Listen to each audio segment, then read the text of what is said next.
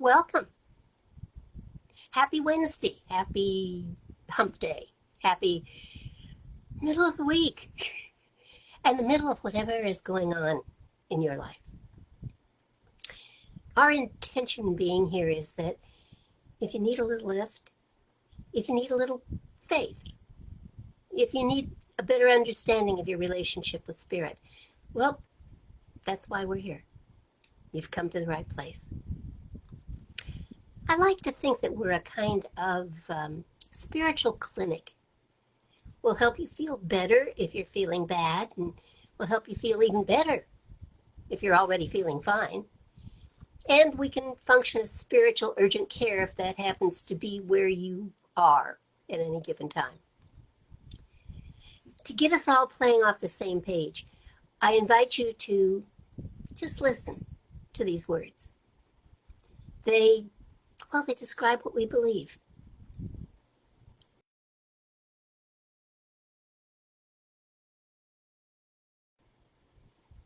And it is the intelligence and the activity behind all of creation. And it is the life within each one of us. I know it, I feel it, I believe it, and so it is. So, just what is it that is going on in the world at large this week? We are arguing over to mask or not to mask, to vax or not to vax. It kind of seems like we're having trouble agreeing on anything. Or is it everything? Fires burning, floods flooding, volcanoes erupting, and a plague. It seems almost biblical. Look, this isn't intended to be a news show. I usually just bring this stuff up because I want to point out that there seems to be a lot of stuff going on in the world. But my real question is, how does that stuff affect you? I'd like you to think on that for a bit. How do the worries of the world affect you, your life, your outlook, your faith? I'd like you to have some time to think on that, so I'm just going to launch into tonight's talk, and we'll talk after.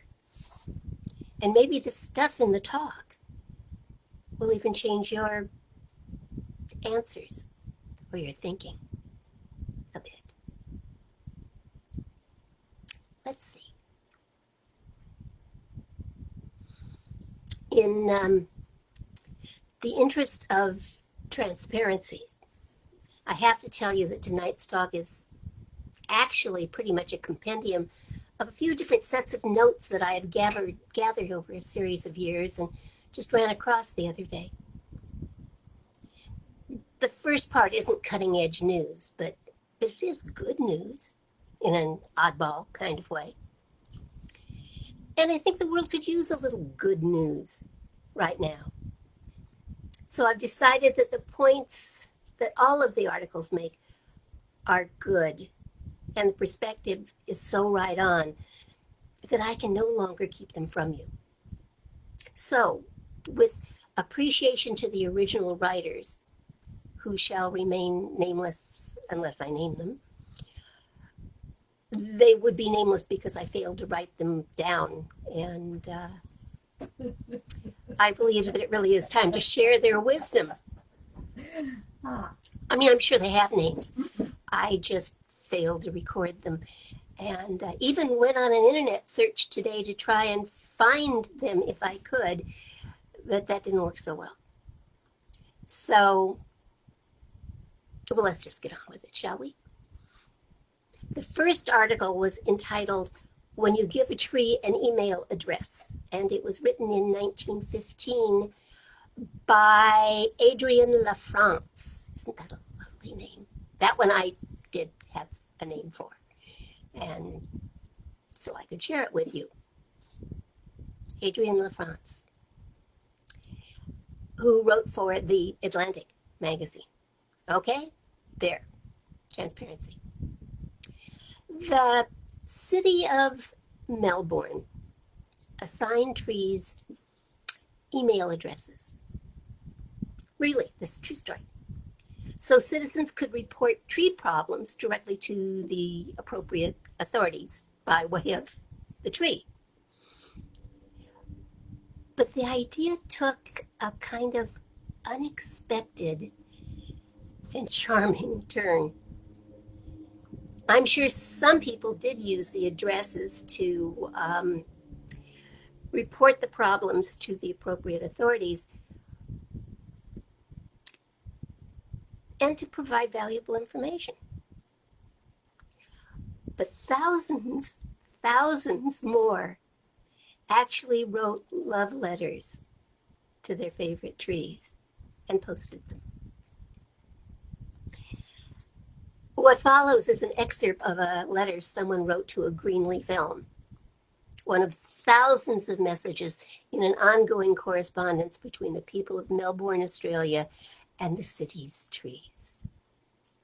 My dearest Almas, the message began. I was leaving St. Mary's College today, and I was struck, not by a branch, but by your radiant beauty.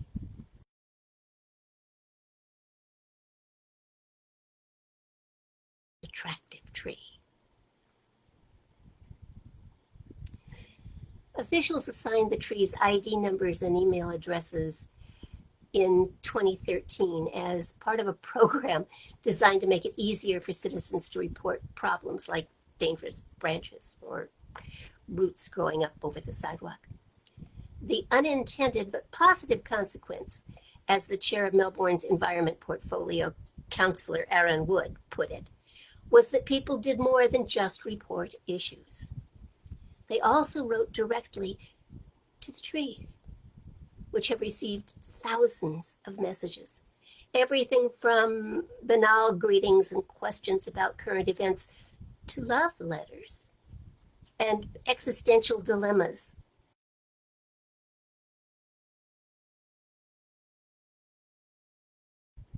Melburnians have for our trees, Wood said.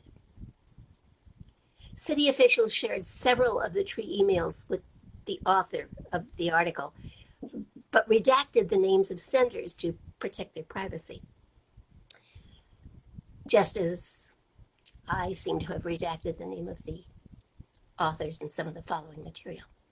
However, Adrienne LaFrance was all about this article in The Atlantic.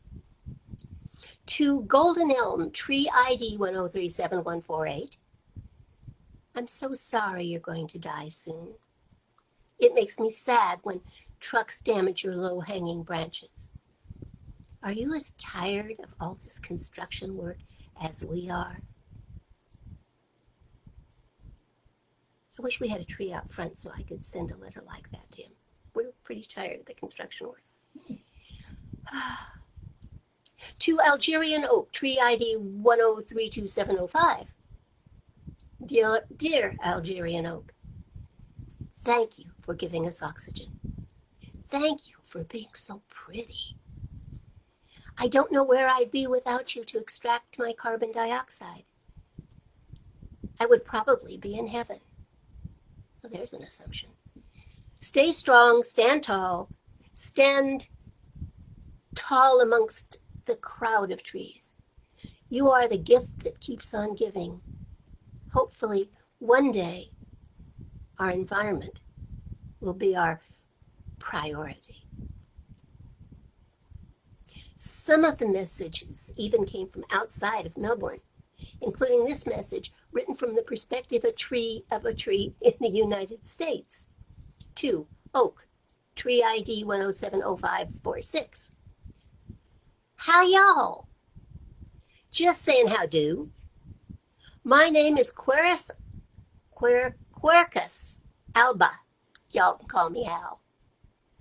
I'm about 350 years old and I live in a small farm in northeast Mississippi, USA. I'm about 80 feet tall with a trunk girth of about 16 feet. I don't travel much. Actually, haven't moved since I was an acorn. I just stand around and provide a perch for local birds and squirrels. Have a good day. Al. Melbourne's email a tree service is one in a litany of municipal projects aimed at leveraging personal and institutional technologies to keep cities running smoothly. And the projects are popping up everywhere. In Chicago, there's a text-based pothole tracker. In Honolulu, you can adopt a tsunami siren. That'd be a useful thing. In California, we have adopt a highway programs. And in several Central Coast towns, they have even taken that idea to heart and created adopt a street or adopt a road programs. These sorts of initiatives encourage civic engagement and perhaps help with city maintenance.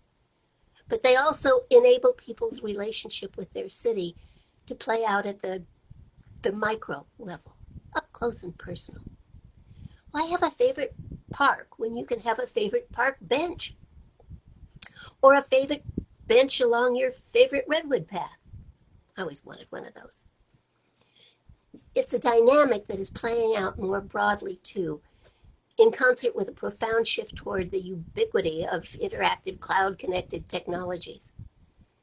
Modern tools for communicating, publishing, and networking aren't just for connecting to other humans, but end up establishing relationships between people and anthropomorphized non-human objects as well. The experience of chatting with a robot or emailing a tree may be delightful, but it's not really unusual. The move toward the Internet of Things only encourages the sense that our objects are not actually just things, but acquaintances, friends that we can bond with, that we can relate to, talk to, and love. And love. What a really lovely thought. The phenomenon isn't necessarily new. Well, just think about it for a minute.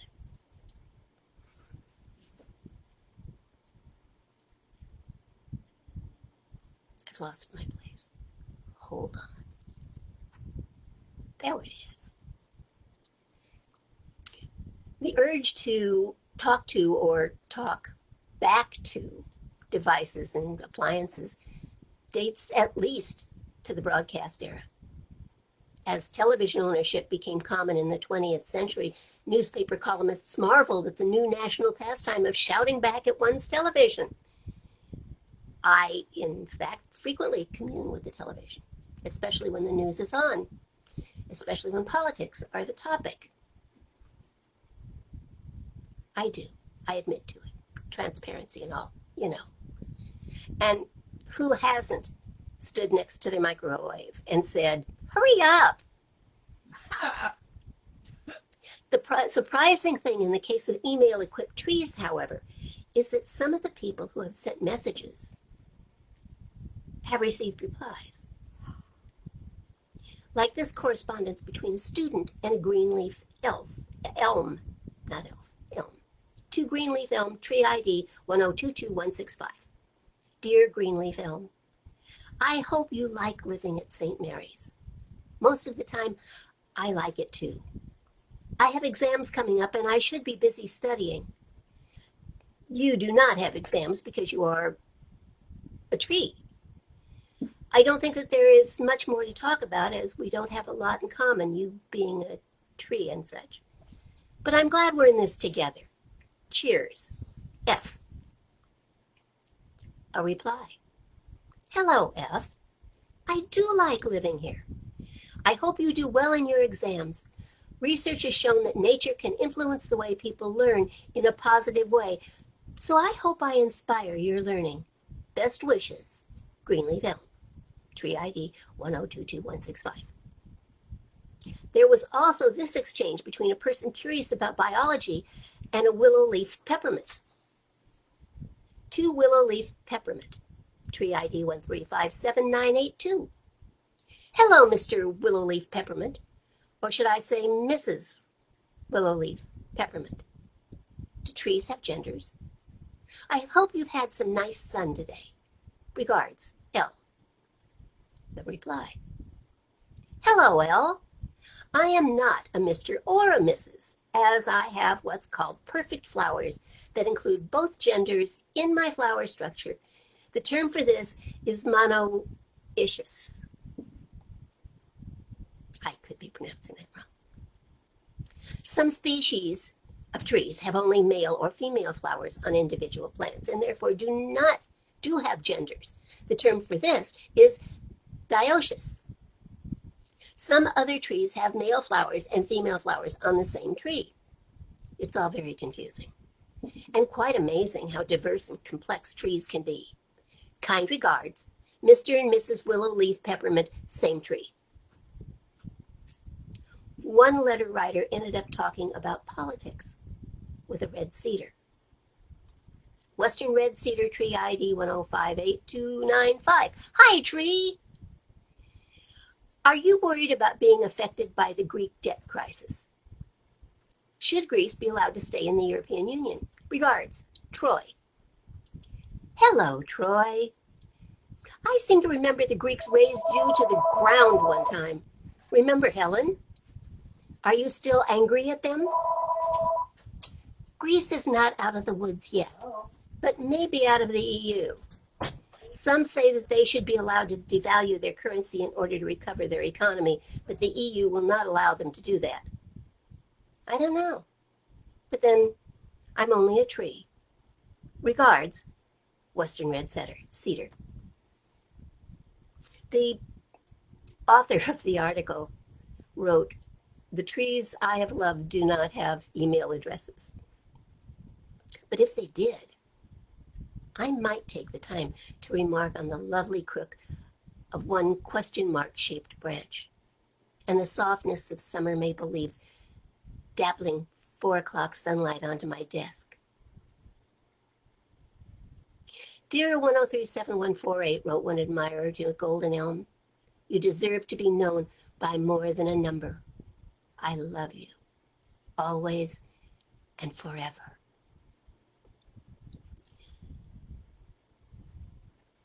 Imagine making such an emotional commitment to a tree. I mean, really. But then I know that I personally have had a greater relationship with some trees than I've had with some people. In fact, I used to run to trees to get away from some people. So maybe it isn't so outlandish after all.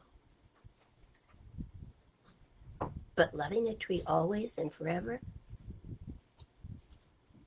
Well, sure, why not? We all have two kinds of love within us to consider. The first kind of love, of course, is personal.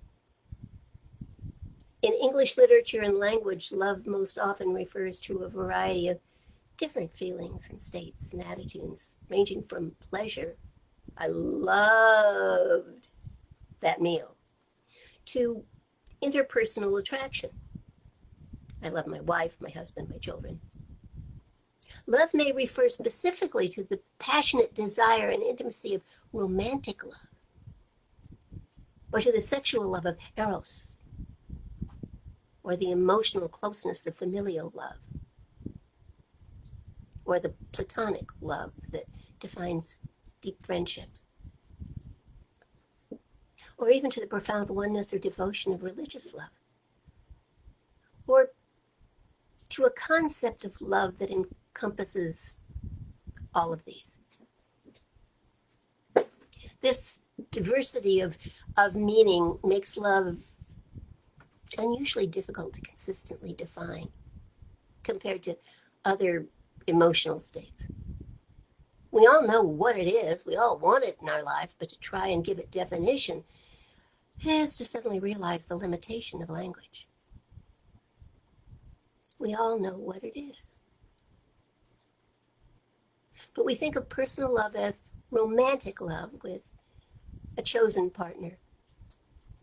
Impersonal love is more universal.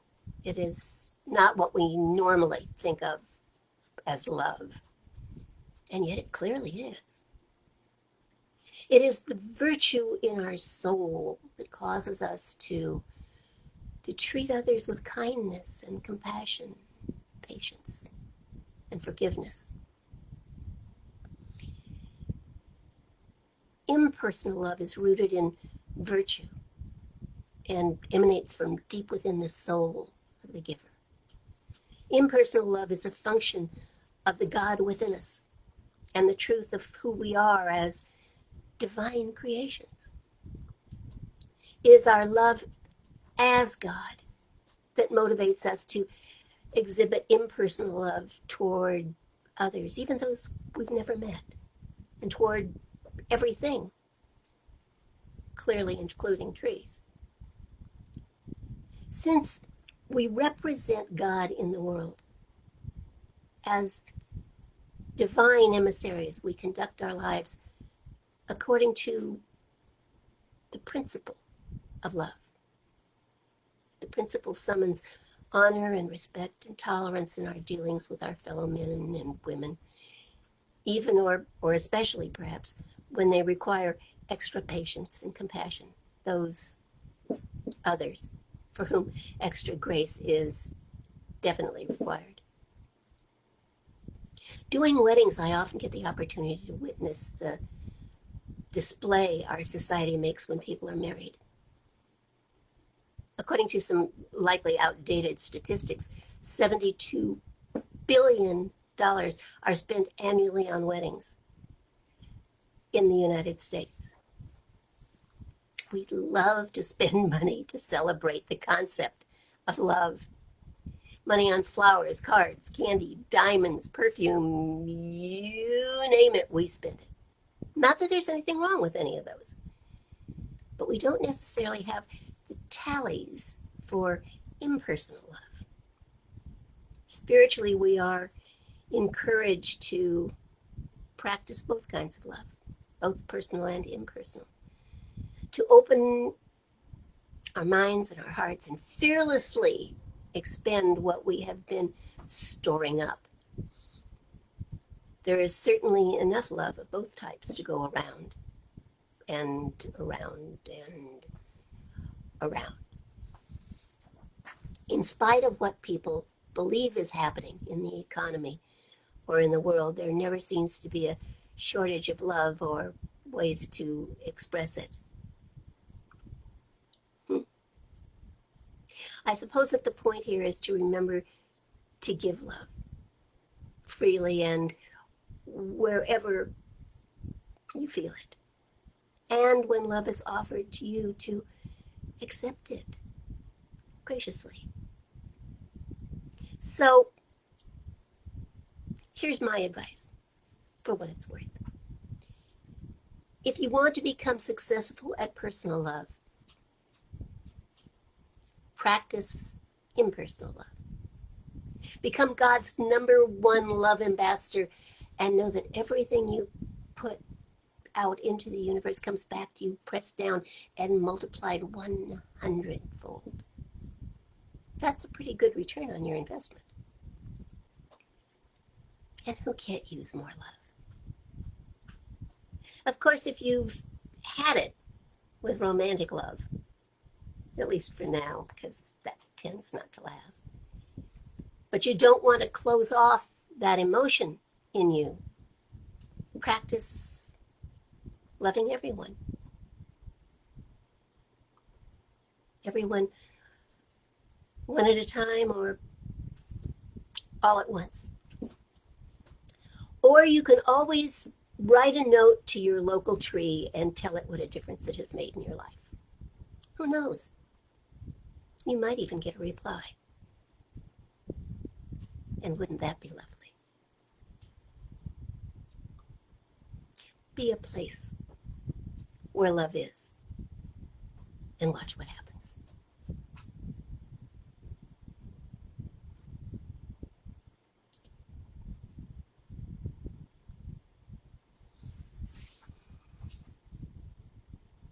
I just thought we'd have a little fun with that tonight.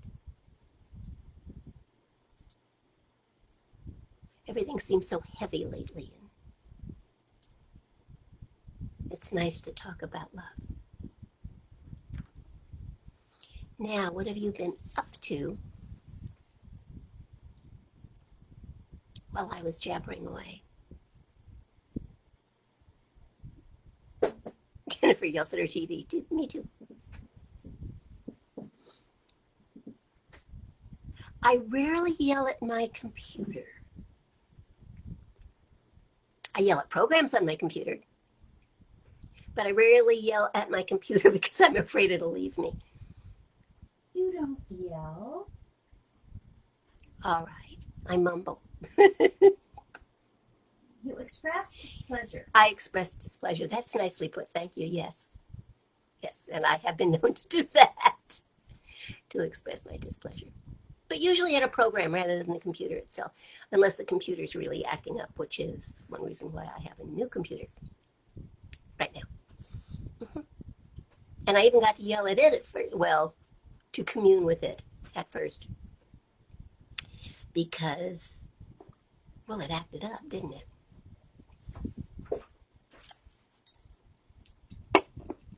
And that just wasn't appropriate. I went back and forth between the old one and the new one a couple of times before everybody got settled down. Now the old one is sitting on the floor behind me just in case. And the new one's plugged in and doing quite well, thank you.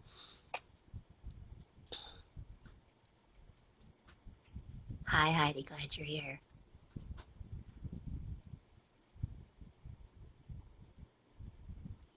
Oh, Heidi, I am so excited about what you are up to. Jennifer yells at her phone a lot. Does it help?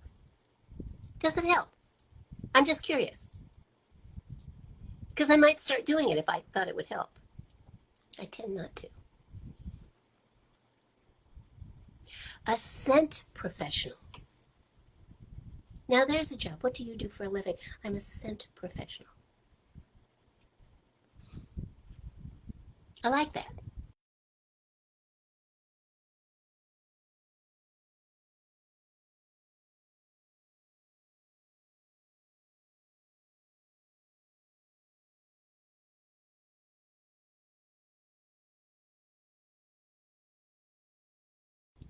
That promote wellness and wholeness and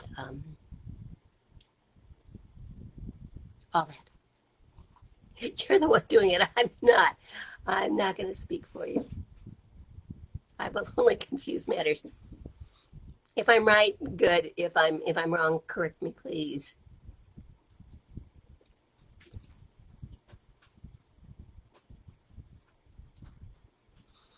Jennifer says yelling at her. Her phone doesn't really help, which makes her feel better. Well, see, then it does help.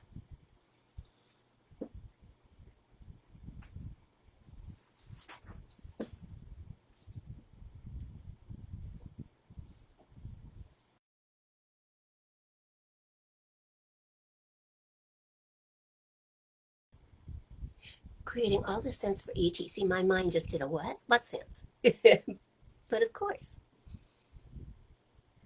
if you're in a kitchen, you want it to smell like a kitchen. If you're in a park, I suppose you want it to smell like grass and flowers. I lost my sense of smell, oh, well over a decade ago. I suddenly noticed at a wine tasting where they had an exhibit of the different smells that go into wines that I couldn't smell some of them. And then after a while, I used to keep going back there just, well, because the wine was good for one, but also because it was kind of my barometer for where I was.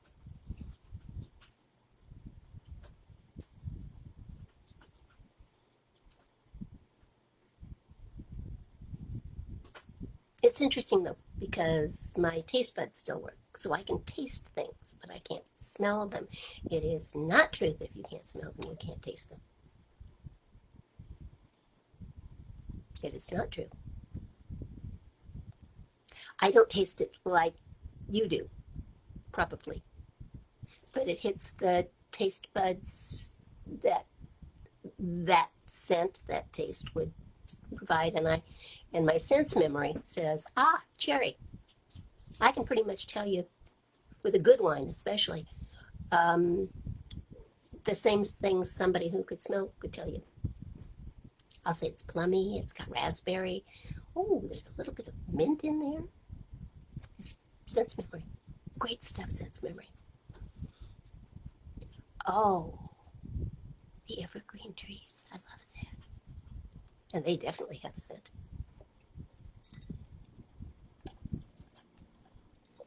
So, hold on.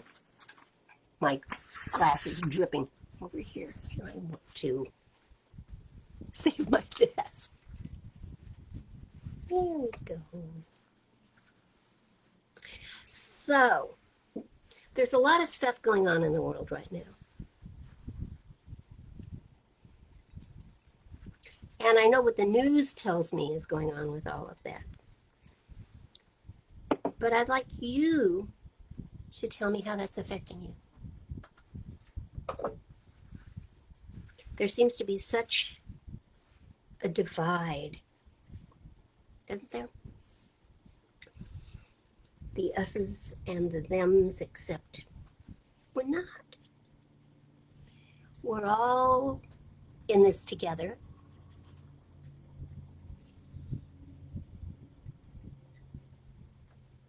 So how can we be together? How do we communicate what we really need to communicate with one another without making people wrong, which is what starts wars, doesn't it? And how's that playing out in your life?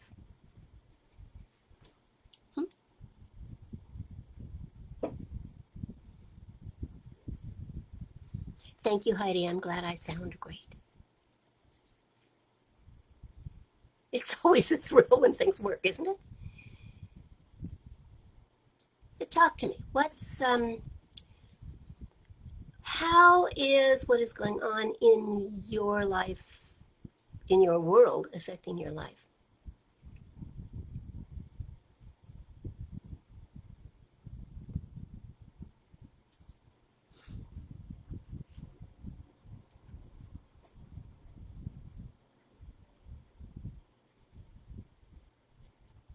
Good point, Heidi. And I think sometimes that's just what we have to do, is turn away from it.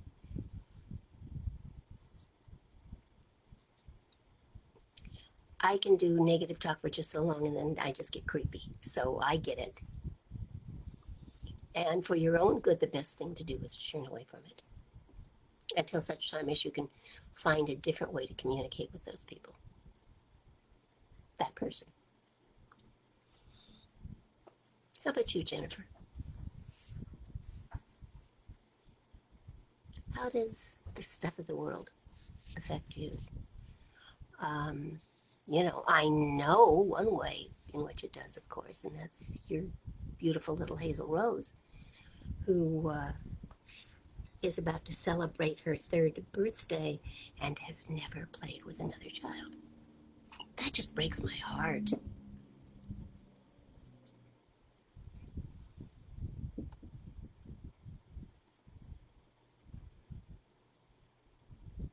So we're doing something about that, aren't we? Feel free, anyone, to copy, to share the post. It's on both CAC's Facebook page and mine.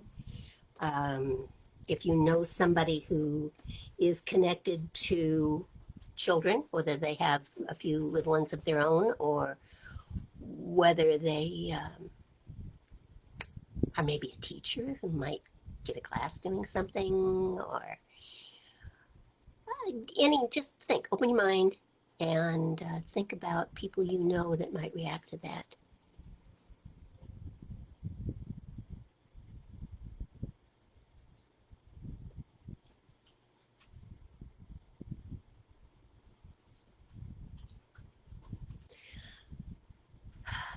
I know, Jen. It is sometimes difficult. It is sometimes challenging.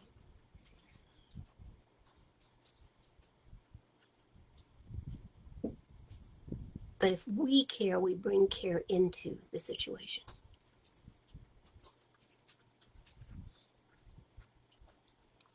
And that can make a difference. If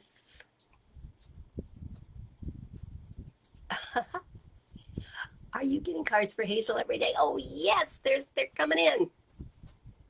We had a funny picture in our minds at one point of you just hauling bags and bags and bags of postal bags of cards to her. And, if that's what happens, oh, I love it. Well, if your phone is working, take a picture and feel free to post it here. I'm not real good at doing that myself, so I would understand if you can't, but I give you credit for being smarter than I am. We can post the info again. Kat, do you have it handy? Yeah, I do, but I can't post it on my site until Friday. Okay. Post it on yours. Can you post it on mine? Yeah. Would you do that, please? Yeah. Thank you. We'll post it here.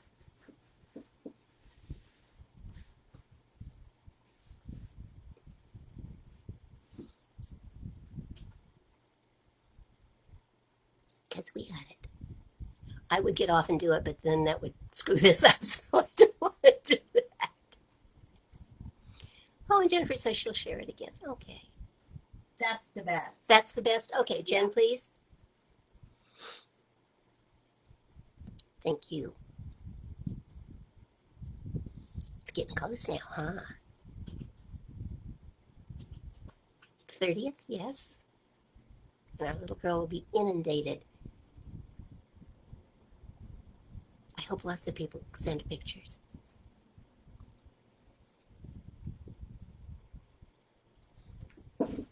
Oh, is this scotch? What is she talking about? No, it's an Arnold Palmer.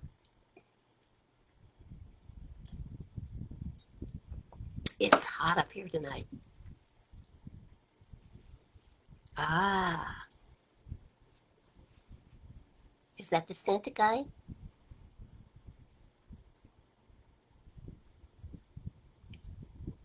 He's so sweet, and I love, love, love, love, love the picture of her that you sent us.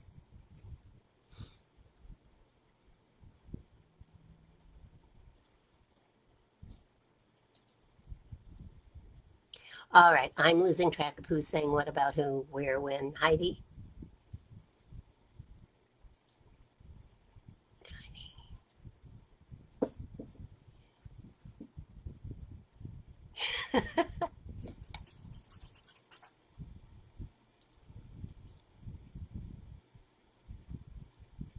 All right, Hazel Rose is on your page. Okay, Hazel's on my page with the accompanying information. Thank you, technical department. Mm-hmm. Okay, so talk to me about prayer requests. What would you like to see happen in the world?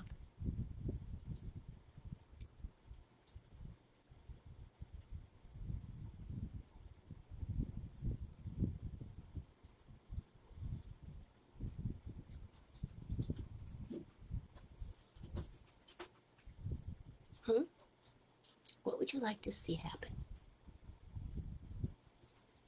I didn't think hung was what you meant.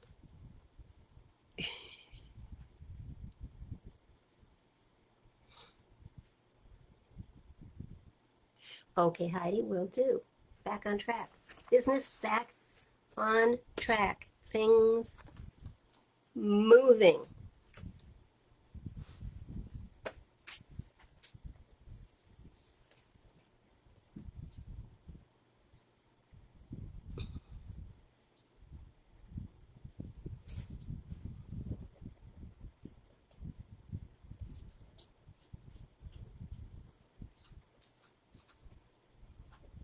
What else?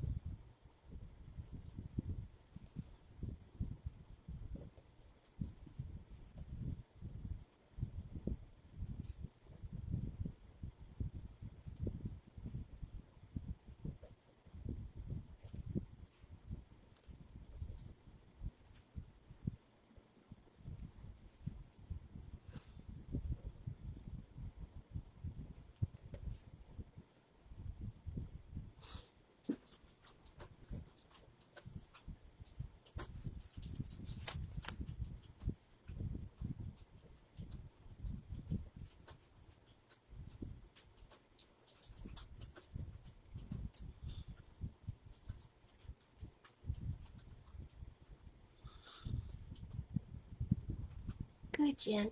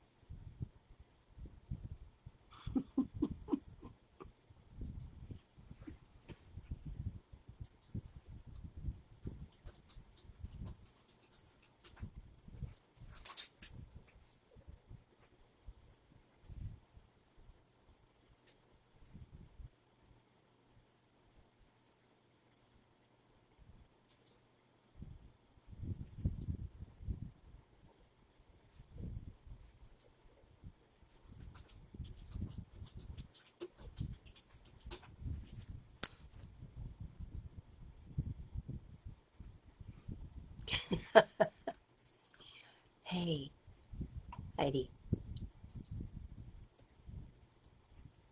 listen up. Okay, you guys have given me something to think about and pray on.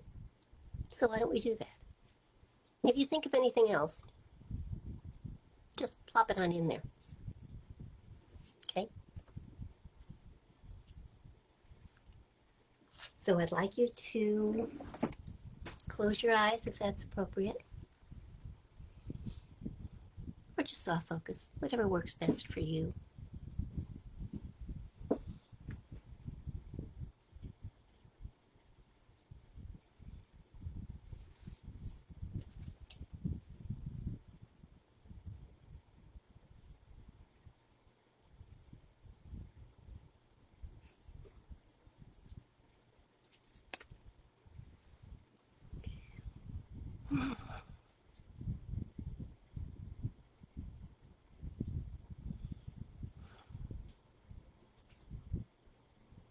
I want you to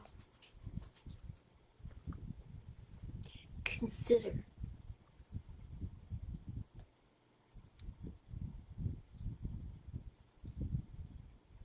that God is all there is.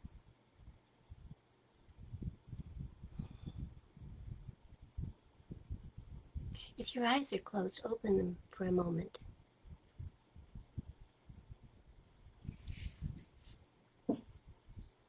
And notice what you see. And know that what you are looking at is God in expression. And what you are looking with is God in expression.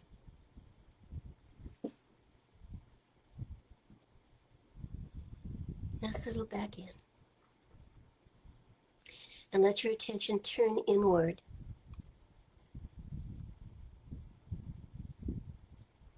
And allow your thoughts to focus on the idea that God is all there is.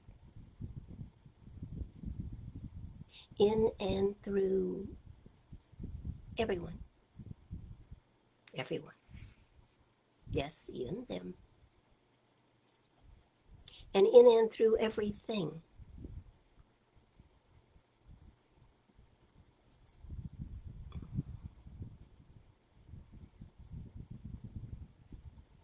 And it is all evolutionary. And so as we see God in everyone and everything, so it becomes even more true for us.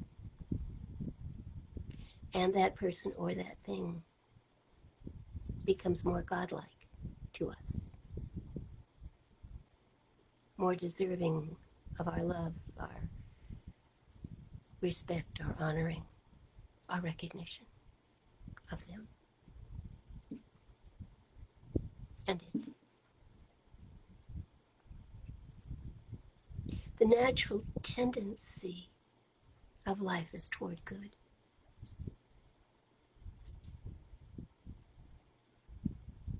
The sun comes up every day, no matter what we have done the day before, and goes quietly down at night, illuminating spaces we cannot see, but giving us the rest of the evening, the darkness that is part of what our soul requires, as well as our bodies. We cut ourselves, and left alone, it heals. It heals. The natural tendency is toward good, toward healing, toward wholeness.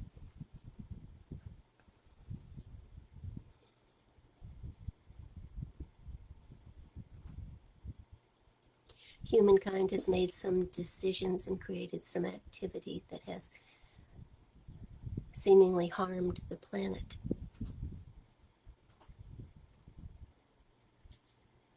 And yet, we can still make choices. And life will get on board and follow its natural tendencies.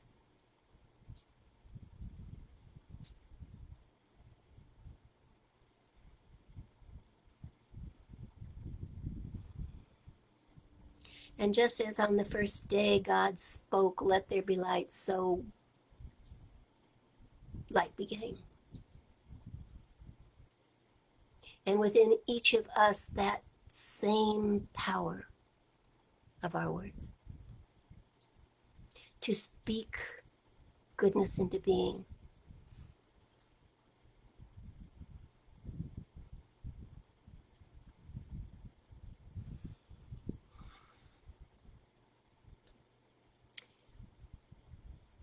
And knowing that the word of prayer has power and changes reality, making it always better, always evolutionary. So I know that Heidi's business is back on track and going strong.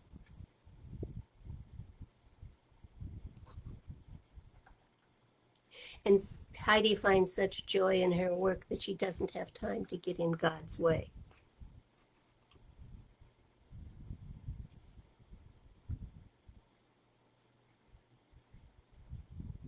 I know for Jennifer that what she knows is true for her children, that their new home is going to be a time of good, healthy, strong transition for them.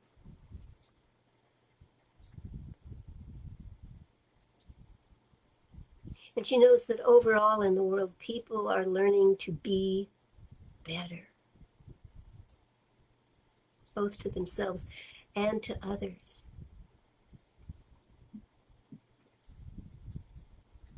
People are learning to care and to be careful.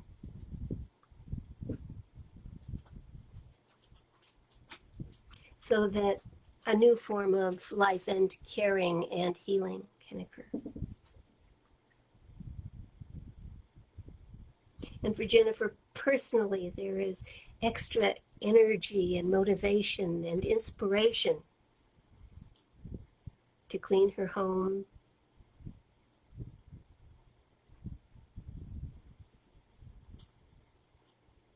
to go to work.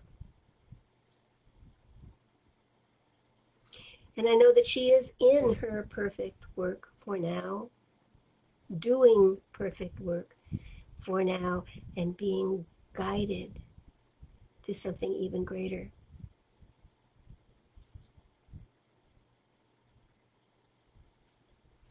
I know for Kat, complete delivery of everything she is waiting for. Everything in good order and unbroken. And I know too divine inspiration for her projects. Clear, concise, creative, imaginative words flow from her to the page and create something new and wonderful. And that appears before the people who need to see it, and they know what to do.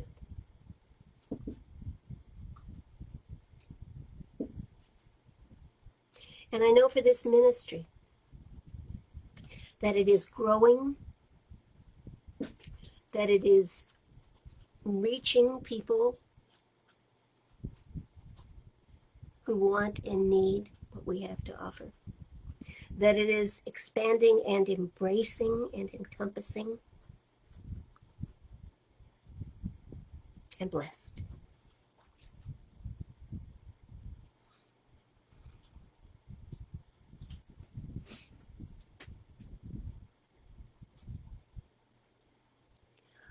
I know that Heidi is grateful.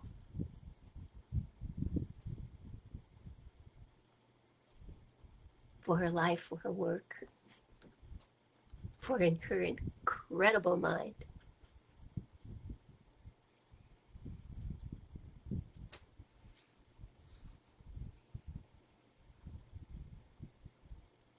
She knows where she is going, and she knows God is guiding in her, as her, through her. And every day, that feeling, that knowing becomes clearer.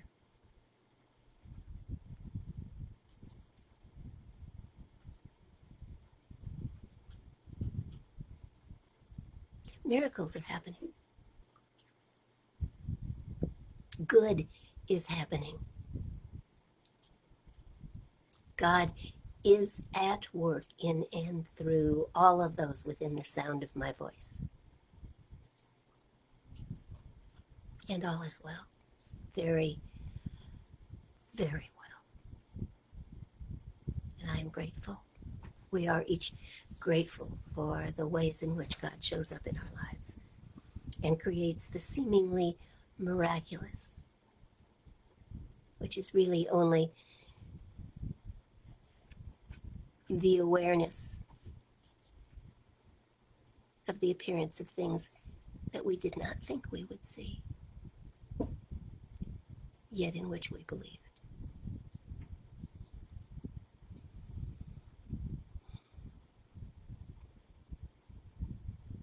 Life is good. We are immensely grateful, and we allow it to continue to be so. And so it is. Yes. we have a closing song. I'm laughing already. Uh-huh. And so it is. I invite you to repeat after me, should you feel so motivated. Remember, you don't have to like everyone. You don't even have to like what they do or love what they do, but you do have to love them as individual centers of spiritual presence. Love them without judgment, with an open heart and an open mind, and watch, just watch what God can do. Or just talk to the trees. Will you repeat our closing after me? The universe is calling. The universe is calling. We are here to answer the call. We are here to answer the call With spiritual truth, with spiritual truth, with spiritual action, with spiritual action, and with love. and with love. We are here We are here to be agents of change to be agents of change in our lives, in our lives, in our communities, in our communities, and in our world. and in our world. And so it is. And so it is. Have a... Yes, Heidi, you can bless them and let them go. Oh, highest good and farthest distance. There you go. I love you. Have a great rest of your week. Go do something outrageously wonderful and know that you go with God because you can go no other way. See you Sunday.